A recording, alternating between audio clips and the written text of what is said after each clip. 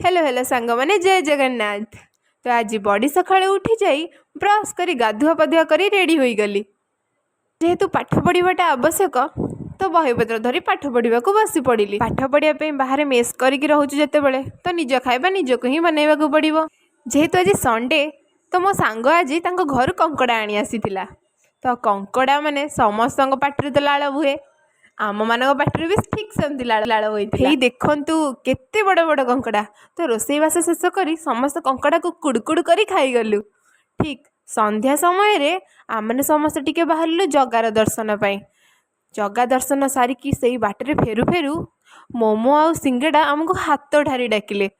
तो आ लोभ न संभाली पारी चलीगलु खाइबा। आउ ए खाउरी ऋतुटा कौन न खाइकी रही पारिबो तो खाईदेली। तापरे रूम को आसिक पाठ पढ़ा पढ़ी पुणी थे आरंभ करदेलु एवं ए ब्लॉग टी